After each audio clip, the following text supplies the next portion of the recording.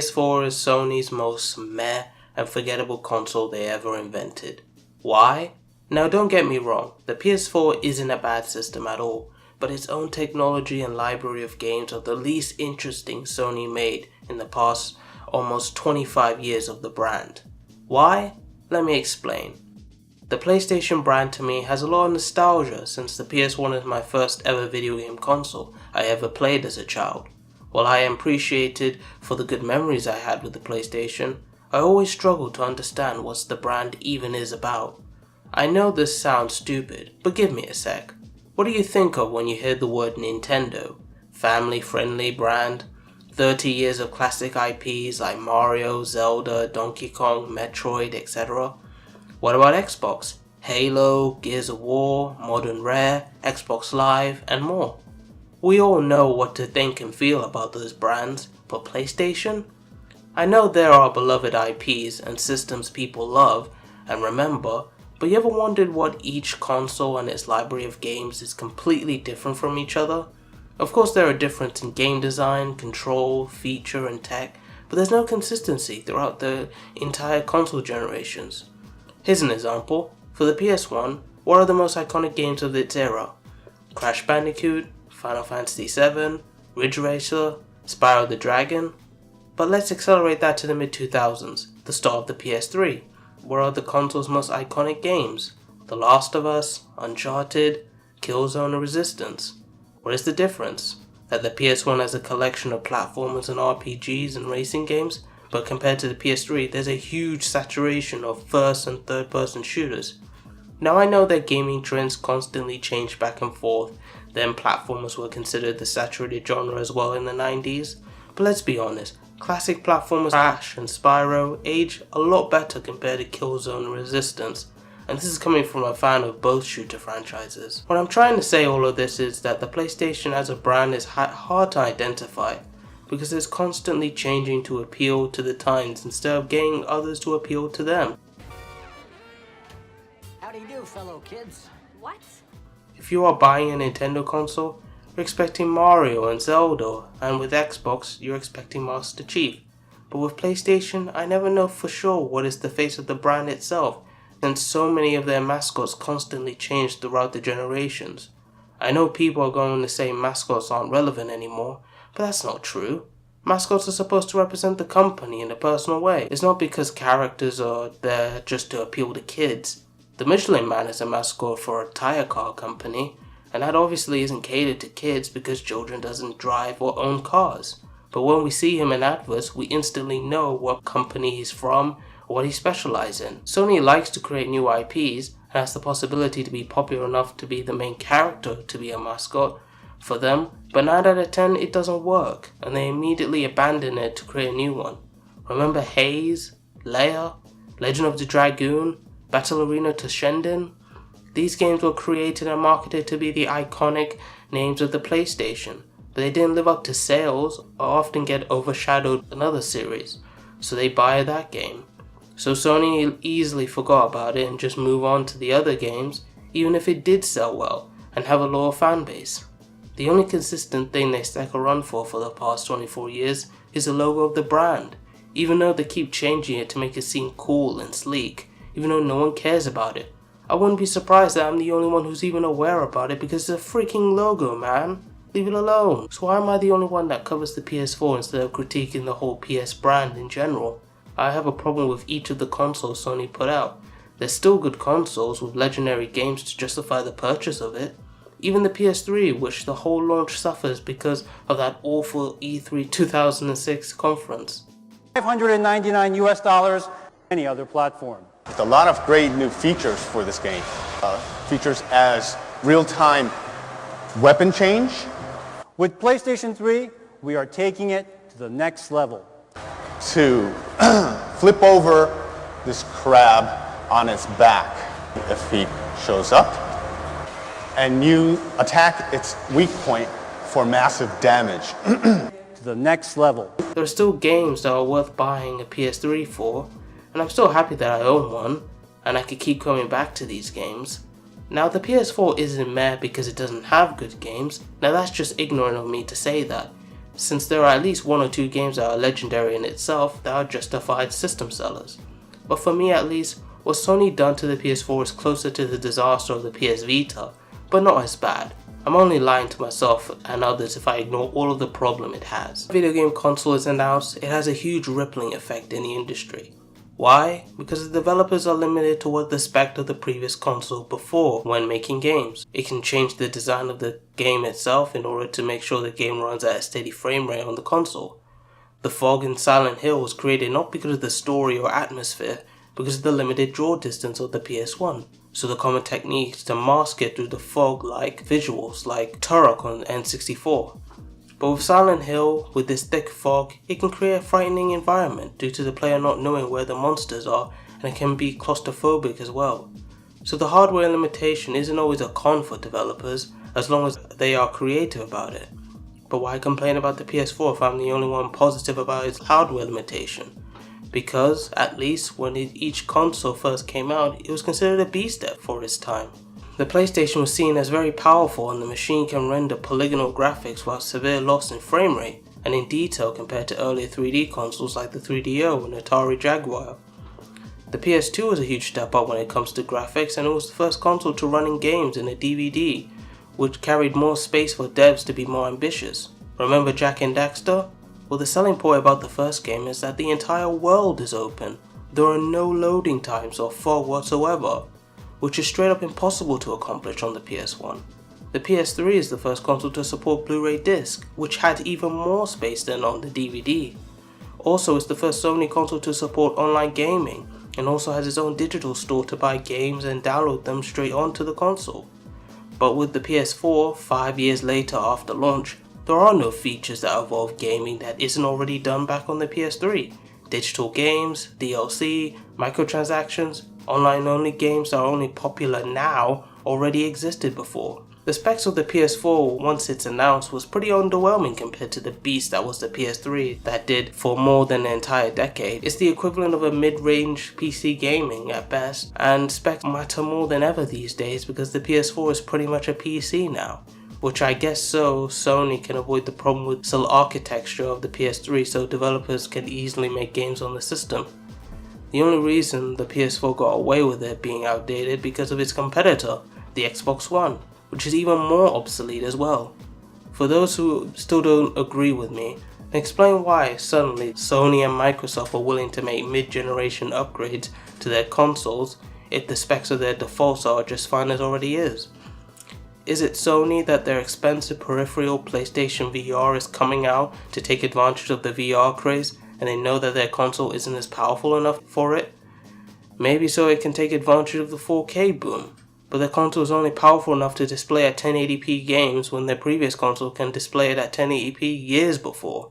I'm no graphics whore, but technology is necessary to power these games, and when the PS4 couldn't live up to expectations compared to the PS3, all it's doing is holding back the talented developers it has in its studios Sony owns. So what are its new features? There is a new change to the DualShock controller, which is good. There haven't been much of a change before because the DualShock 3 controller is basically the PS2 but it's wireless and has a button to go into the console UI. Well, I do like the changes to the triggers, so now my fingers won't hurt like hell if I press it too much. But there is two completely pointless additions to the controller: the touchpad and the light bar. The touchpad is like a smartphone screen, so it will respond to your finger and you can press it to function like a hidden button. While the first few party games utilize it, like Killzone Shadowfall to switch weapons with your robot companion, or Tearaway to interact with the world. Nowadays the touchpad is barely used in current games, only as it's the only other button to access the world map or another menu. The light bar is used even less. It's a literal LED light bar to show off colors from the controller. That's it. It's more for novelty's sake, but when playing GTA 5 and you're wanted, the light bar will display blue and red colors like it's a police siren. Besides that, once you get over it, it's easy to forget it even existed 95% of the time. The 5% of the time you notice it is because of how bright it was and how it causes a reflection off of surfaces. There's even a firmware update that existed just so you lower the brightness of the light bar because of how bright it is. There is a market of stickers people buy to put the light bar over it in order to stop being so damn bright. There's one only game that actively uses it, and that's Until Dawn, which has a section where you're not supposed to move the controller's light bar outside the barrier. But that's just the 6-axis motion controls, not the light bar. And there's a fun fact. You ever wondered why the PS4 battery life is shorter compared to the PS3? It's likely from the light bar. So these gimmicks are actively ruining people's experiences with the PS4. The PS4 isn't an ordinary console, it wants to be a social hub as well. Or is it just that now Sony realized how much the internet loves talking about games, and why not allow players to use the console to share it as well? It's not a bad idea. The Xbox One and Nintendo Switch used that idea too with direct capture from the console. And the PS4 even have a streaming service like on Twitch. But there are huge drawbacks come from it. The video is limited at 720p unless you have a PS4 Pro, which is 1080p, and the capture only lasts up to 30 minutes, which isn't even viable for Let's Plays or reviews unless you find something interesting to record for.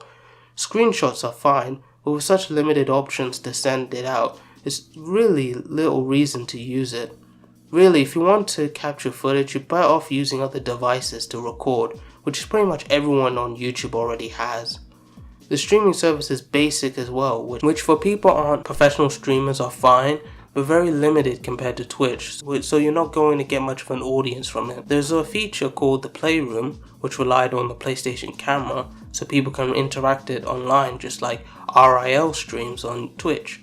But of course, if you're going to have people who can see with a camera, there's going to be a problem, if I could say politely.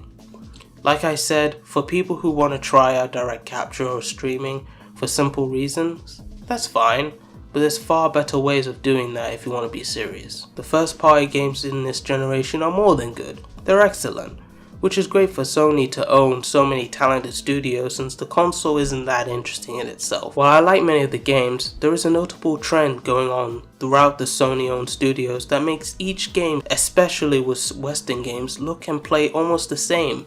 What is it? It is the boring, story-focused, cinematic action-adventure game that every first-party developer wants to make these days. What do I mean? Ever notice that a game published by SIE is always set in an open world or a semi-open linear game that is a third-person shooter or a close combat that tells its story through lots of cutscenes and scripted sections? The story is mostly emotionally driven about either a story about a rise of a person turned hero or a relationship between two people developed over time. The combat is heavily inspired by other games, whether it actually works to the gameplay or it's almost focused on single player. Even if there is multiplayer, it's often shoved in at the last moment and easily forgettable. Before I say anything, these examples I've shown you, I'm not saying these games are bad. Many of them I like, I would rank them highly as great games, worth playing, but that doesn't excuse the fact that they are too homogenized. Almost all highly published AAA games from Sony's catalog this generation is action-adventure games, and if you play most of them, you're probably going to get tired of them. I'm tired of the open world. I'm tired of the serious emotional story we see and hear 1,000 times now. I'm tired of the forced RPG elements and skill trees into games that doesn't need it. Can't we take a break from that? If you like these types of games, that's great. But for those who don't or getting tired, aren't. And Sony needs diversity of its genres in their exclusive if they're going to get people to buy their console. Sony is doing questionable business practices lately that has seemed questionable or at worst alienating consumers and potential business deals gone wrong and making more enemies and rivals. For me, the first business decision from Sony that made me question them is that there is no backwards compatibility for the PS4, which is odd for me as the previous generation, Sony was all about respecting their past and giving access to them for those nostalgic or newcomers who are interested in playing the classics. There are multiple ways, PSN through PS3, PS Vita, PSP, even PS TV. You can put in PS2 or PS1 disc in a PS3 and it can play, but when the PS4 is out, you can't play PS3 games from the disc, or couldn't even play PS1 and PS2 discs. Seriously. Yes, over the years, Sony did slowly release backwards compatibility to the PS4 audience, but it was done in a sloppy manner. First, it was only PS2 emulated games. There's only 54 games available at the time of recording, which sounds like a lot, but it's a tiny fraction compared to the thousands of games PS2 offered. Also, if you live in PAL regions, guess what? You get the PAL copies of the game even though the PS4 is region free. So you have no choice but to listen to crappy British voice acting in Forbidden Siren. It looks like you've been taking good care of my sister. Thanks for that. Games that run in 50Hz instead of 60. And if you play Twisted Metal Black in PAL, then the game is completely censored because Sony never mentioned that and actually used the uncensored US version footage for its trailer. But what does the competitor offer? Microsoft backwards compatibility for the Xbox One supported all Xbox game consoles. You could use the disc to access the game on the Xbox, and if you own the Xbox One, certain games can run at native 4K. But what Sony can muster up is a small selection of games on an emulator with trophy support for $20, but Xbox you can buy 500 old games digitally at variable price, and if you even own the disc, the enhanced games are completely free of charge for those who have it.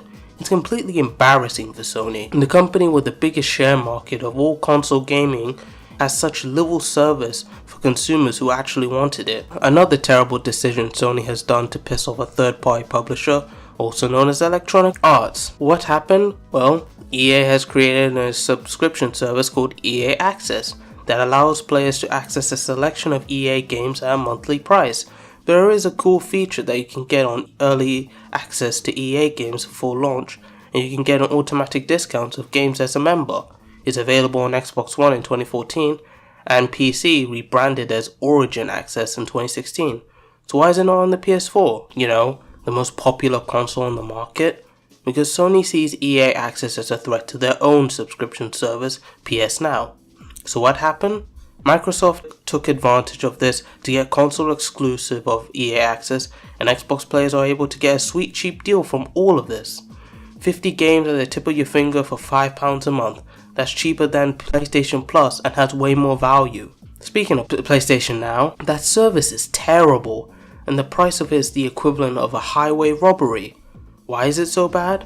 Since the PS4 has no backwards compatibility through its disc nor emulation because the PS4 is not powerful enough to emulate PS3 games, even though a less powerful Xbox One can emulate Xbox 360 games no problem, but okay. So Sony decided to stream games to the PS4 instead, which I admit is a cool idea, but it's nothing new since OnLive tried to do it before and it failed badly. But that was years ago, and that was from a smaller company.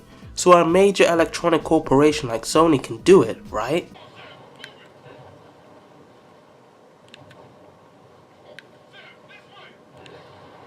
What are you supposed to do with this?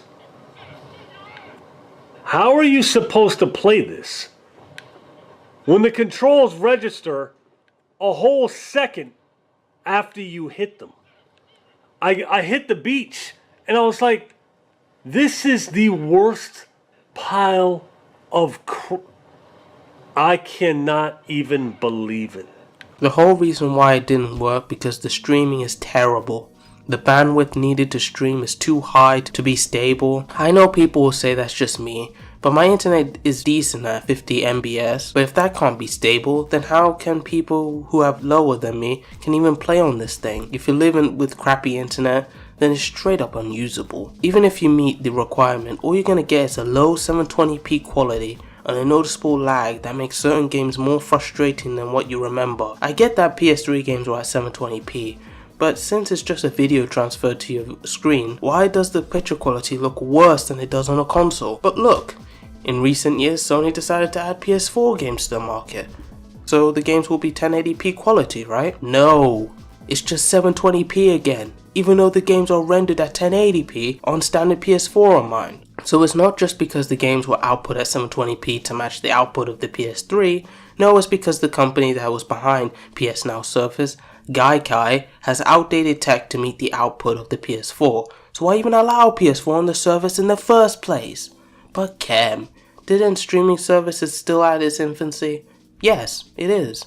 But there's already companies that already have better service that output higher picture quality. Nvidia has its own streaming service called GeForce Now that can output PC games at 1080p at 60 frames per second at its standard. You can even play said games on ultra setting. It doesn't even affect the performance because the service sent players to Titan XP desktop there is no worry about your PC at all. GeForce Now has been around since 2015 and still at closing beta, so an unfinished service not publicly available yet can outdo Sony's? Google has its own testing of their upcoming streaming service using Assassin's Creed Odyssey as its test, and it can even do the same performance as GeForce, and they aren't even a gaming company.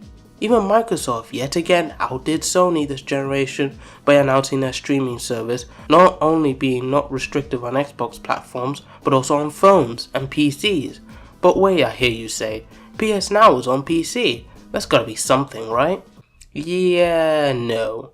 There's no difference between the PS Now on PS4 and on PC. All you need is a DualShock 4 and to download the application, but there's no improvement. All games are still at 720p no matter how good your rig is or how good your internet is as well. If your PC gamers are excited to try out PS exclusives like Bloodborne, just no. You're only getting an inferior experience, just don't even bother. So Sony's support of backwards compatibility is minimal at best and terrible and pricey at worst, which is just bad comparing with everything else. It's so bad that it makes me suspicious how maybe it's all an excuse to try and sell us re-releases and remasters. You know, instead of allowing a PS3 disc of The Last of Us to work on your PS4, why not they just charge you $40 to get the PS4 version instead? I get that remasters are improvement over the original, but could they at least wait a couple of years until they remaster it? The Last of Us remaster is literally came out 1 year after the original, meaning it was already planned before the PS3 original even came out. All that does is cause a trend throughout the early years of the 8th gen, which is just port the last gen games to the current one, because either the publisher wants a quick buck, or they need something out before the current gen games arrive, which just scream how rushed the whole launch of the PS4 and Xbox One really was. Their own launch titles are straight up tech demos, and considered the worst games on both generations. But let's move on to a couple of years forward. Sony's shifting hundreds of millions of PS4 units around, and they have such a domination of the console market and starting to suffer a condition I like to call corporate ego. This is when a company believes that they're so invincible that they can do whatever the hell they want, and if people or other companies don't like it, they could go away and they'll still be powerful without them. Nintendo famously suffered that with the N64, ignoring all signs about the shift towards CD consoles and decided to keep making cartridges. That pissed off loyal third-party companies like Squaresoft to go and release games exclusively on their new rival, Sony. Microsoft has done this well by forcing the Kinect down people's throats and the whole online-only thing, as well about the used game debacle, which Sony took advantage to get people to buy their PS4 as well. You think Sony of all companies would know better to not to take advantage of other stupidities and mistakes and to get ahead of the game, would know never to become egotistical and treat your user base like crap? Do I need to mention the 2006 E3 press conference? And you attack its weak point for massive damage, for massive damage, for massive damage. I know after all of this that you think I hate Sony and I hate PlayStation and I want to see them all burn, but that's not true. What I want for Sony is the same from Microsoft and Nintendo. I want them to succeed, but that requires to listen and learn from your mistakes. But the problem is I don't hear any of the criticism leveled at Sony. Sure, when the crossplay incident was about and the current censorship rules, yeah, people complain, but after that they immediately go back to being happy about Sony again. Where is the complaint about backwards compatibility? That all their first party games play the same? That their hardware isn't up to snuff? People could love to complain about Microsoft's lack of exclusives and so on, but Microsoft under the leadership of Phil Spencer improved drastically. And Nintendo, after the failure of the Wii U, bounced back with the Switch, which quickly became the fastest selling console of the past year. But what about Sony themselves? Spider-Man and God of War was pretty good, but what else? Couldn't think of anything. Besides their talented studios, Sony hasn't really done much this year. And with the news of Sony cancelling not only PSX, but also for the first time ever, the E3 conference next year, what the hell is happening? People say that the PS5 is going to be announced soon, but I don't buy it since The Last of Us 2, Ghost of Tsushima, and Death Stranding hasn't got release dates yet. So it's too early to announce a new console when the current gen games isn't out yet. Also, Sony never cancelled an E3 conference for the PS4 and previous consoles, so why now? Is it because Sony doesn't really have much to show right now? I mean, look at the 2018 conference. They only talked about 7 games, 3 that were third party, and 4 that were only exclusives. That's it. And notice the previous year on how much they mentioned third party games, but only a few that are actual exclusives for the platform itself. It's clear that the tank on the PS4 has run dry too soon, and Sony decided to wait it out until it was a good time to reveal the PS5. In the end, all I want is for Sony is to improve and not fall for the same mistakes they had with the PS3's early years. All I want is for the company to succeed so they can create great games for all of us to enjoy. The PS4 is mediocre, but let's hope the PS5 can blow us out of the water. PlayStation